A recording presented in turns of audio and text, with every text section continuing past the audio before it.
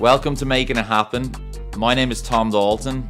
Each episode will bring you an inspiring person to help you improve in all areas of your life. We'll be chatting with friends old and new who have incredible stories and experiences to share. We'll be listening to some of their obstacles and how they've shown resilience to overcome them. Each episode should give you value and influence and inspire you to your greatness. So welcome Oliver Cruz to the Making It Happen podcast. First of all, thanks for being here. It's a pleasure to have you. So Oliver Cruz is the co-founder of Pineapple and the owner and operator of Network Café here in Ainger Street in wonderful Dublin.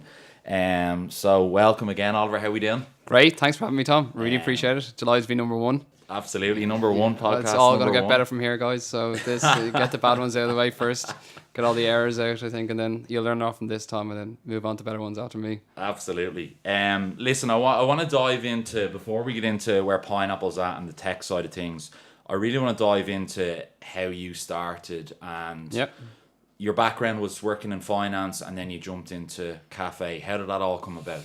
So before I opened Network, I worked in a few different industries. My main kind of 9-to-5 gig was working in accountancy. I worked in a company called Fairground Sparks after college for 2 years, which was in the insolvency sector. So I was actually very busy with the downturn in the economy at the time. From there, I went to work in another finance role in a company called Citco, which is a fund accountancy role. This kind of was a great learning curve for myself. I kind of learned a lot. It wasn't really for me, ultimately, I felt, and that's why I kind of started to really dive into doing my own thing.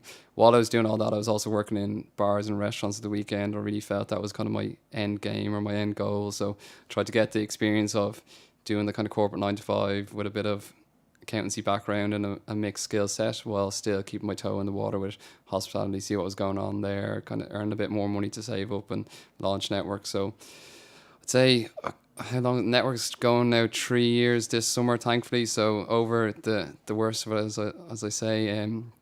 So just to swing back around to how it kind of initially started, I was working in bars and I was like seeing what was the best kind of route to go down in terms of the cheapest or the most cost value opening, and like cafe was really kind of there. Like I wouldn't have the funds to really get a restaurant off the ground, and I certainly wouldn't have the skill set from a cooking point of view. So, and I just saw the growth in specialty coffee, and I saw there was a bit of a hole there to kind of create something really brand led and customer service focused, which is what we've really tried to do with Network, and I think we've done a good job with that. So I started this whole process of like putting my own money together, and like I wasn't really going to have much of a dent into getting a cafe off the ground. So I was chatting to my brother about it, and he was like, okay, well, if you want to do it, like, make it happen, and what can we do to make it happen? So I started going to a few events, and I went to one coffee expo in the RDS in the September the year before Network opened. So Network opened in June, so say it was the best part of 9 months before it officially opened, and was walking around, taking it all in, like trying to get ideas, and just generally like, we weren't anywhere close to opening at this stage, or wasn't really on the radar. Had loads to do, but then brother was there, and he saw my now also co-founder at the event, and we just got chatting to him, and he was like, I'm looking to do it. He had the capital to do it, and that's how Network kind of initiated and sparked right from that conversation. So it was I remember at the time, I had a real good feel about it. Like this is where this is the kind of impetus to really take it off the ground, because I knew I could do all the legwork and do all that side of business, but the funds was the real challenge at the time. And it was luck. I put it down to like luck that we were just there at that time. And I remember I was actually quite hungover that morning, and I was like, okay, I don't want to go. and then I dreaded the text there. I was like, are you around to go to this? And I bought tickets. I was like, yeah, I'll go. Sure. Fuck it, for want of a better term. Yeah. I'll just go and see what's happening. And from there, we had loads of meetings, and it just sparked from there. And we had a lot of we really agreed on a lot of things, so it just felt very natural, and thankfully it's still going to this day. So brilliant. And the name Network, you're talking about meeting people, and probably if you hadn't gone to that event, you wouldn't have networked with this guy. Is that where the name came from, or was it always in the back burner? Yeah, it's funny, people say, geez, I always, customers come to Network, I try and chat to them, and it's great, and that's part of what our kind of our key position is to be like very customer service focused, and like as a result, once you start chatting to people, you kind of learn something about them. And then like if someone comes into the cafe, I'll always like, oh, you should chat to him and like network. And like that wasn't like, I can say, wow, in hindsight, that's exactly what it's all about. But that's just luck again and coincidence that it's kind of unfolded into this very like networking kind of place where people come and they chat to various people, and ultimately they try and get something out of it. But the name, I can't take any credit for that, ironically enough, unfortunately, yeah. When we started the process of, you know, finding a unit, branding, we got chatting to this crowd called Slater Design, who came with us. Like, we didn't have an idea what we wanted to call it. I actually wanted to call it Hustle. It was my initial idea, and thankfully I didn't call it that because it's not really I was obsessed with a place in London at the time called Grind, and I love their branding and I love what they stand for, but it's a lot more kind of edgier and not like, I tried to be a little bit edgy in Network, but Grind's far more edgy, and I think Hustle would have been a lot edgier. Network's a little bit cleaner, so it kind of fits the name, fits a lot better. But they came to us with like 3 different concepts, and Network was one of them, and I was like, oh, that's perfect, like it fits very well. And like at the time we were very much about kind of using different artisan producers, like really high-end coffee and all these things, and they were like to be part of the overall network. So yeah, that in a nutshell is how the name came about. Yeah. When you were going to do the jump, like going from getting a salary every month to like, wow, I'm turning the key on this business, and am I going to make a wage? I know that's what happened to me when I was starting my own thing. Yeah.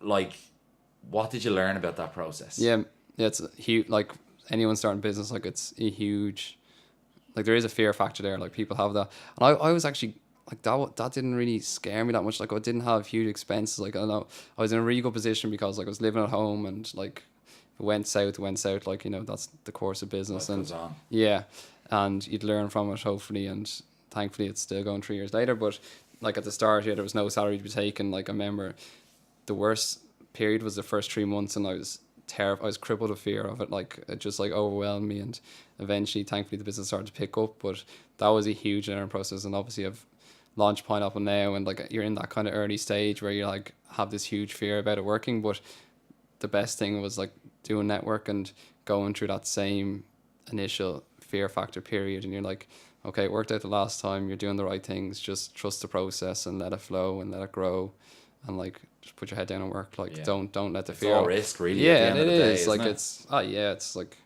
everyone tell you the same, that you touch this product, like it's all going to be the same answers. Like you don't know, and like even if like looking at another network, like you've established a brand, if you go again with it, like you still don't know if the second one will work. Like you can never say that it's 100% going to work, but you just like, you can make it work if you like persevere and like try and like continue at it and keep plucking away. And so you're year 3 now of Network, okay? Obviously year 1 you're going, great, customers are coming in the door, we're selling coffee. Is there always looking at growth from like a personal side and a business side? Yeah, well, like, certainly from a business, like it's grown like pretty well. Like I'm delighted with that, and like I think it's gonna really grow a lot over the next 12 months because there's a lot happening on the street, and like, you know, people put a lot of emphasis on social media, and like we're very social media focused at Pineapple, because not like that traditional bricks and mortar business, but Network's like 90% of trades coming from what's around you, like, and you can work really hard to get that extra 10% through your marketing activities. But I think if you put all the effort into like promoting around you and delivering a really good customer service, like you'll capture what's around you, and thankfully we're doing that. And like there's a lot coming on the street in the next kind of 6 months nearly, so like that would be really helpful. Big developments. Yeah, so that's like very positive about the outlook on that. And you mentioned customer service, and I think it's probably the one thing I try to highlight in my business. I think it's super important about any customers you have. How important is that in Network? Like, do you see regulars coming in all the time, or is it the same like people? It's huge. Like ultimately, that's something we always harp on about to staff. Like it has to be, customer is number one. Like quality coffee's hugely important, but I'd put the customer experience apart over that.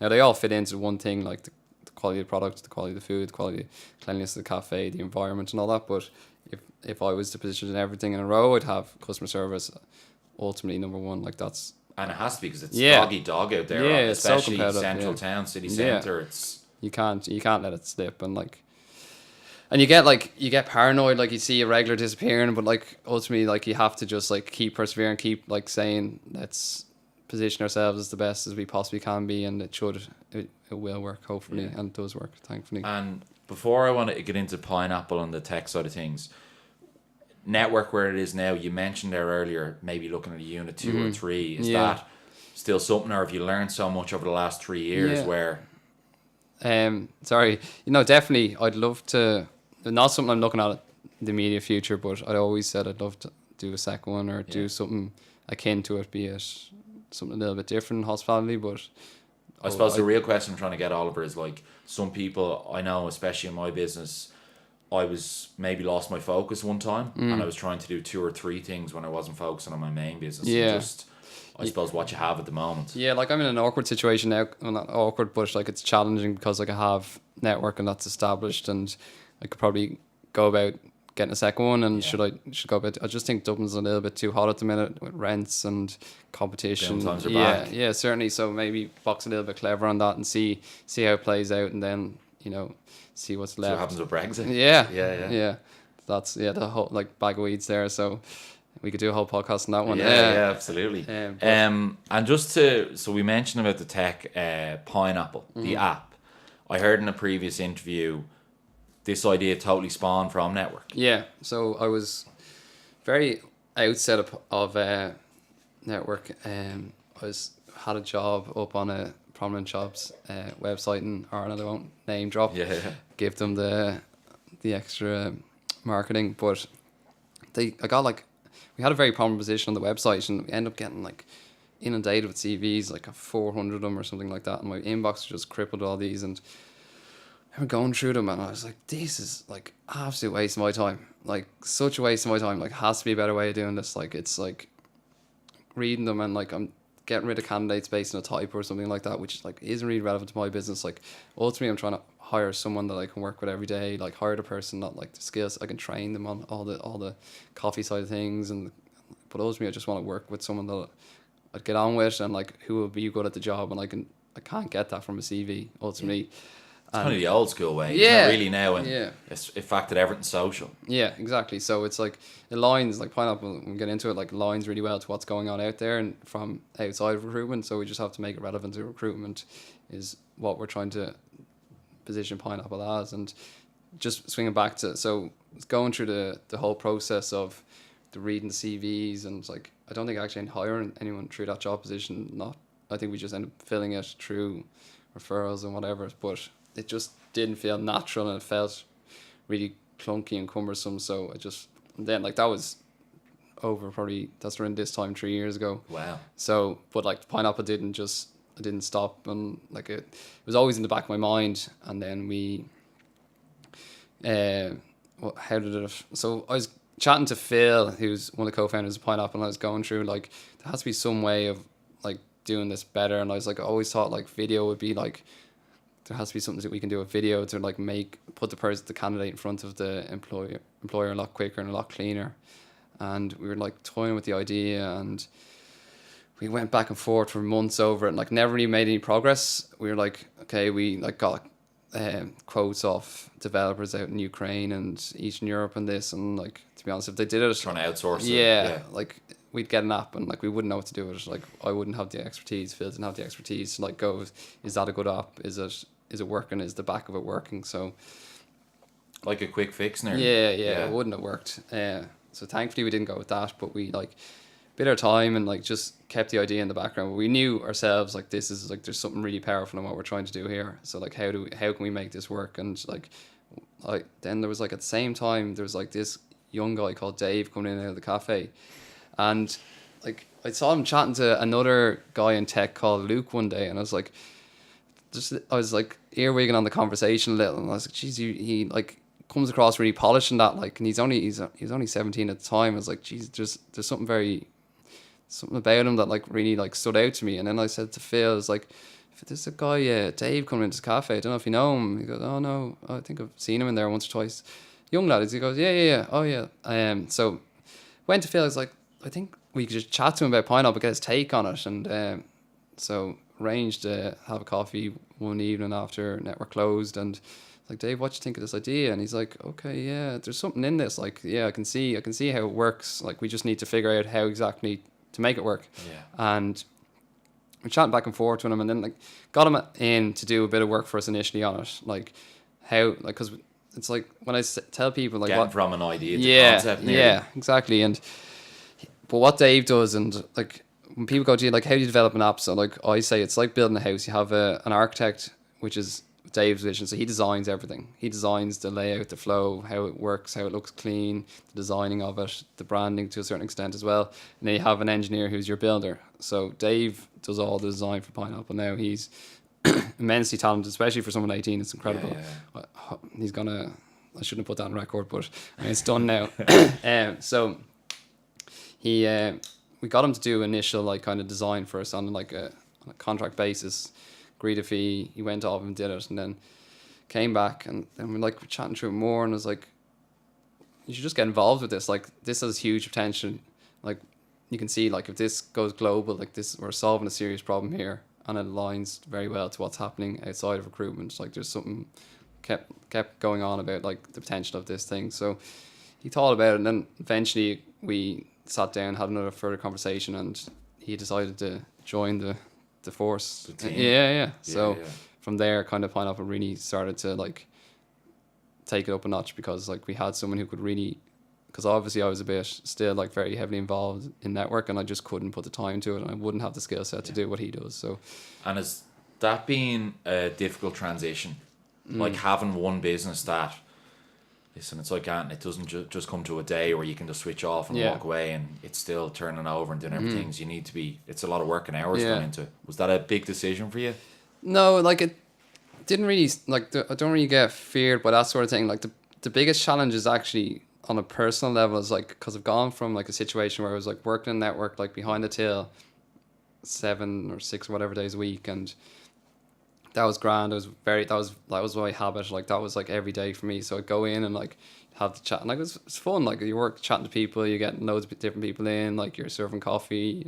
It's good vibe in there, thankfully. And then I had to like, okay, now we need to focus on Pineapple, and like network was in a position where I could like step away from the roster a bit. So I had to go off and sit back at a desk and like try and like, and I'm still coming to terms with that. Like that is a big shift. Like, I've gone from like 2.5 years being seeing people every day, face to face. Yes, and then you're in front of a computer in like a little small office on Angel Street, where you're like trying to like get shit done, and wow, this is a big shift. So that's been one of the big challenges over the last number of months. And if someone doesn't know what Pineapple is, give us an explanation exactly what it does. Would it be the Instagram of? Yeah, like in its simplest form, it is Instagram stories for recruitment. So instead of a business creating a traditional text-based job posting, they create a visual story. So like better like sells it to potential candidates as like a brand-led recruitment solution, and also it's far more instantaneous. Like, we've seen, like, people don't read text-based job postings. Like, they scan through them, they take in snippets, and they're just like digesting what's going on. It's all people creeping LinkedIn profiles and all now, isn't it? Yeah, and they're so text heavy and like clunky, and like people just don't enjoy the process of reading a long-winded description of what your job posting is, minimum requirements and all this. Like, there's still important information there, but you can like condense it down and present it in a far more visual format. And then on the candidate side, instead of sending like your stereotypical CV, which once again businesses don't read, they look at them, they glance, they take in like the key information, the name, where they've worked before. We've put in a visual format similar to Instagram stories, or basically Instagram stories, on a separate app called Pineapple. So business goes on there, they create a job posting, make it very visual led, give a little bit of information about what the business is about, what the position they're looking for. Put that on the platform, and then candidates see these and they apply by sending them the story, a visual CV basically, and then they can chat directly there on the platform. Because even like we're solving a lot of pain points here of recruitment. You have, first of all, the whole email side of things, which slows everything down. So like our target market for businesses at the minute are all hospitality based or retail based to a certain extent. The first thing they do when they're hiring staff is put a post on Instagram. So it aligns quite well to what we're doing from that point of view, but then they go, hi, looking for a part-time weekend floor staff. They then get a DM saying, hi, where do I send my email to? This gets lost in requests. No one sees this for 2 days. They then get back to them. The person on the other end doesn't see this for 2 days. It slows everything down. And then, Massive time. yeah, and then all you end up is with an email with a CV attached. And ultimately, all you do is go and look at the person's Instagram and go, okay, yeah, get her in for a chat or get him in for a chat. Perfect.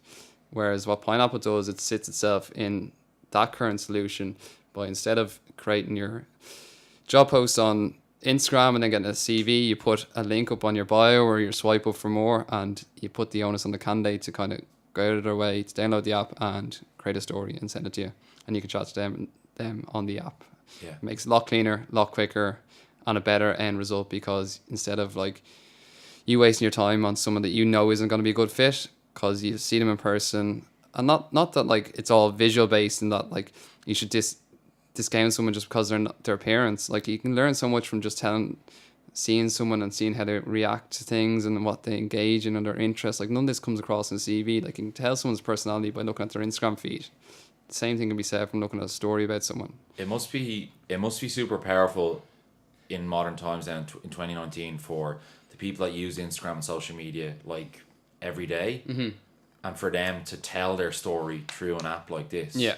So is it been a big drive to try and get people on the application or get people known about it? Or Yeah, like that's one of our biggest challenges at the minute. Like, we're in the weeds of figuring out all the tech side of things and everything like that. And, you know, similar to what I said, like when you're starting a network, like you're like, geez, you're paranoid the fuck that it's gonna fail, or like you've done something horribly wrong. You just have to like have faith and trust that what you're doing. And like all our research like that we do about like specifically about the next generation who are very active on Instagram just aligns to what Pineapple is and like how they want to communicate with businesses and how quickly they want the process to be and what they want to know about a business before they actually go for a job. Like, they don't like the current solutions out there. They don't particularly like LinkedIn. They don't like job boards. They find the whole system very archaic. Whereas the first thing they generally do is check out their Instagram feed of a business that they're looking for.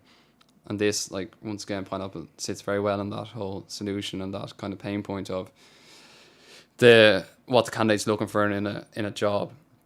So like that keeps us, you know, going from, you know, what we're doing is aligns really well to what's going on out there, and we just have to keep persevering, get people using, and like keep building product that solves these problems. And is there certain industries you're trying to focus on, or one in particular? Yeah, like we're very hospitality focused at the minute, and people go, oh, you're a hospitality recruitment app, which we're not. Like, what I say to people is like, we're not an industry specific solution, we're an age specific solution, for want of a better.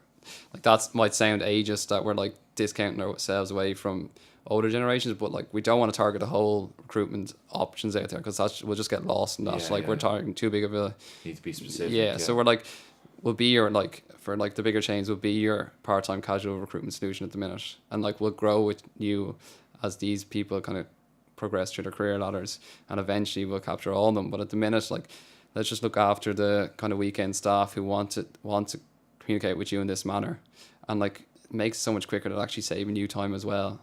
So like, we're not only are we like giving you a solution to talk better to these candidates, we're also helping you like manage your time better.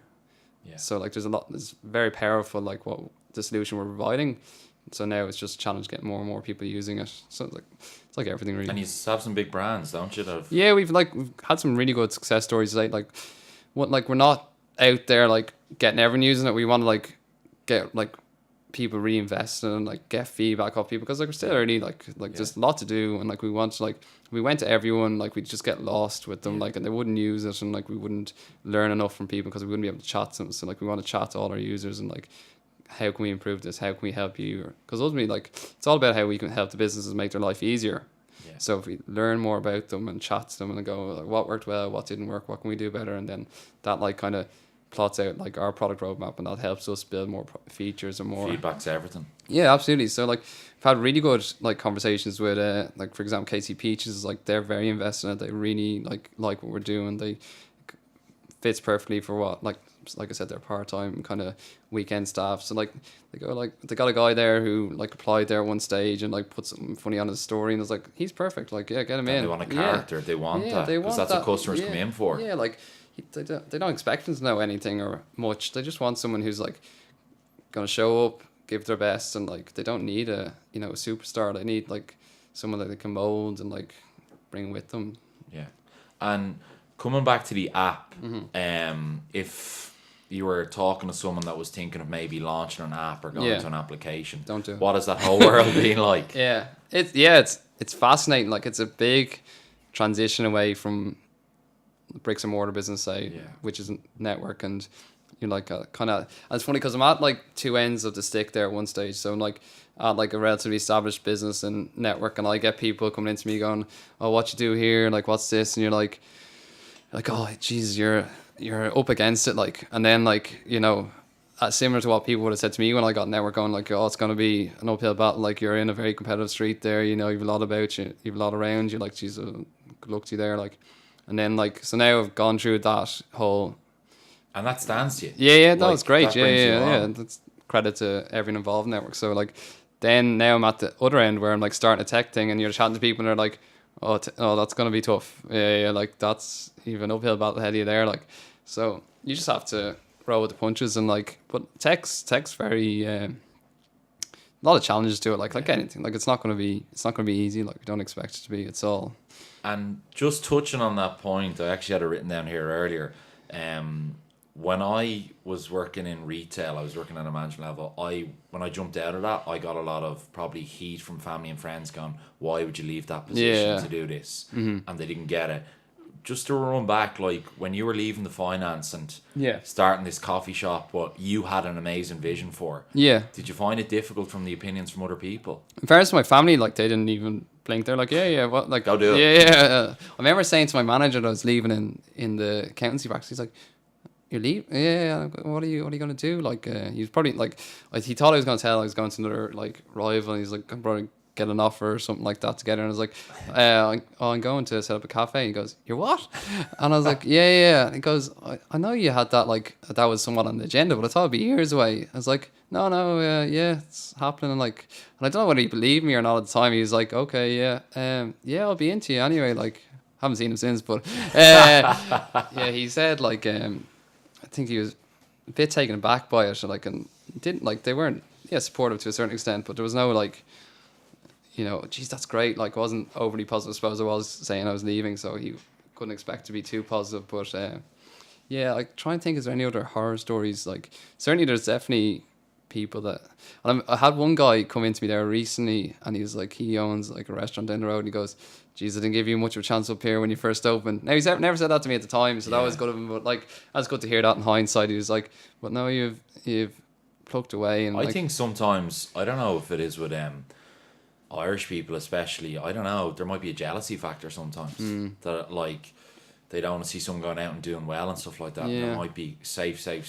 Yeah, I'd probably be like that myself. Yeah. Yeah, it's hard. Like, yeah, it's interesting. It's like, And if anyone, Oliver, was like listening and thinking of doing their own business or setting up their own or going out as a sole trader, is there anything you'd say to them? yeah, like it's because obviously, like I said, I'm kind of at the start now of something new. So or It's whatever. another challenge. Yeah, it is another challenge, and like, you hear people tell you ideas that they're working on. You're like, geez, that won't work. Like, yeah, like, but so how do you balance the element of being positive and supportive while still being cynical? Like, it's Realistic as well. yeah, like, and you just have to kind of, if they're going at it, they're going at it. So like, yeah, what can you do to help them? Like, I would always be like quite like, they even Pineapple says I'm far too open. Like, people always ask, and I'll sit down with them and I'll give them, my time if like they want, and like, maybe they won't go off and do it. Like, it's funny, like, a guy worked in network there recently, and he was like looking to set up a cafe, and then so I said, yeah, like, he goes, "Can I come in and do a trial with you and like work for a few months, and I'll do it for free?" Like, I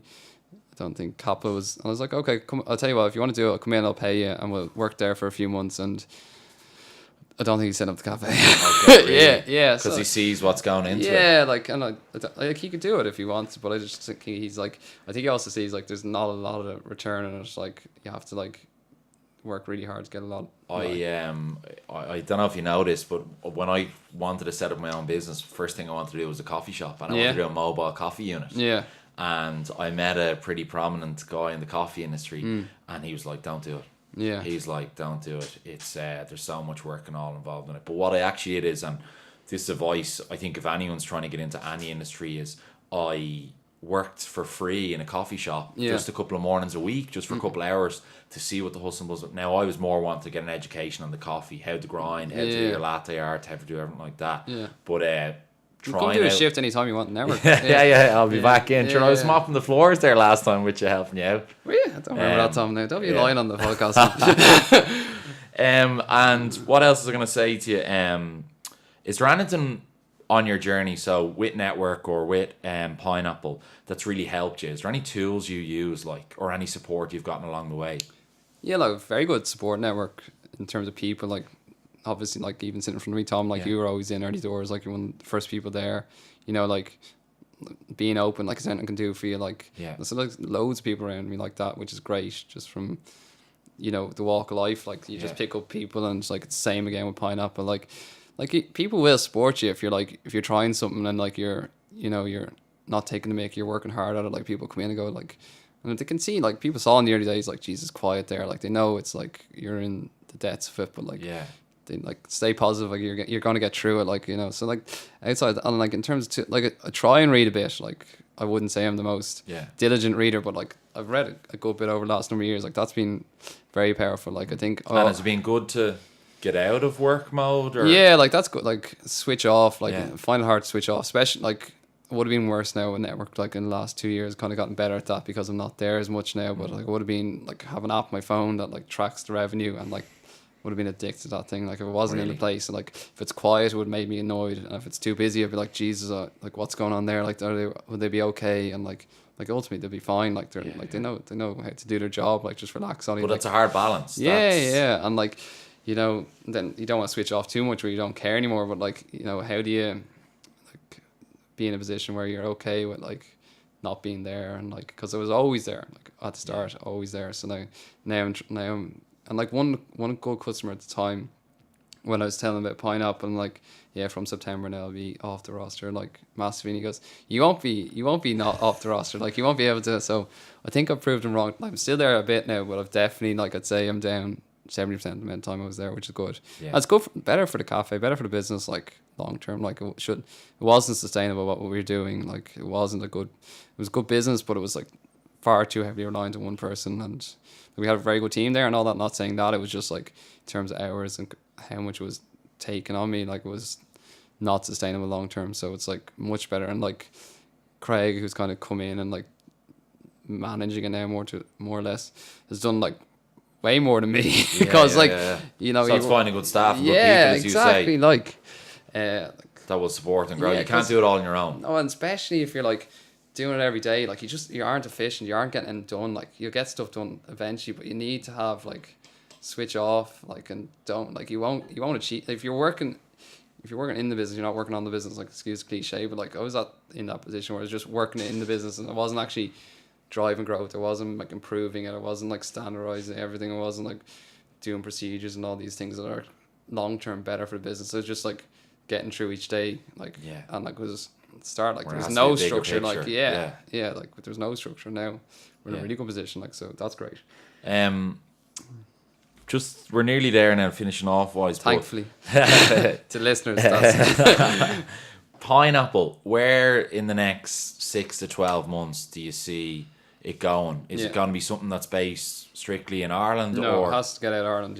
100%. Yeah, it's far bigger than Ireland. Like this, what we're doing is like Ireland's very much a test for us at the minute. Like we're testing, we're learning. Like I keep saying, it's all about getting feedback and like how we can improve it, because the market is so big for this. Like we think it's crying out for this solution. So learn as much as we possibly can, fund it, and get it out of Ireland. And like we'll still have presence in Ireland, definitely. Like we won't shift all operations and won't let people from Ireland not on it. But like it's built for bigger markets. Like, and that's where it will really come into its own, we feel, because like Ireland's great and all that, but I think they're a little bit slow to adopt new technologies, and ultimately this is a new technology. Like it's very, very different to what's out there in terms of recruitment. So like that, like I think if we were coming into Ireland having made it work somewhere else, they'd be like, oh, this works in X, Y, and Z, we should use this. Whereas if you're starting in Ireland, people are like, oh yeah, that sounds good, yeah, I'll give it a try. Like, but I think if you bring it back to Ireland after success, it would really stand to us. So like where we go next is to be decided, either the States or London, like they're definitely our two They're the biggest hubs, yeah. Yeah, like I do think this is built for America, and like it's just about, there's a lot of challenges with the States, like even like visa, like from admin point of view, would be a nightmare. So, but the good thing about this app is like it's not, we could, if we had it like fully finished and a really polished product, we could be selling it into America. We just, like, they can use it tomorrow. Like, it's not, that's how scalable it is. Like, we wouldn't have a body on the floor over there or out selling it. We could do something cleverly, be it, you know, contact them or get someone to like set it for us over there. But like they're like, it's so lift up and move, if that for wanted, like it's not, it's just so scalable so quickly. Like, so we just have to finish it and like make it like really polished and then aggressively sell it. It's really the 6 month strategy in a nutshell. Yeah. Easy. And just one thing you mentioned there was funding. Yeah.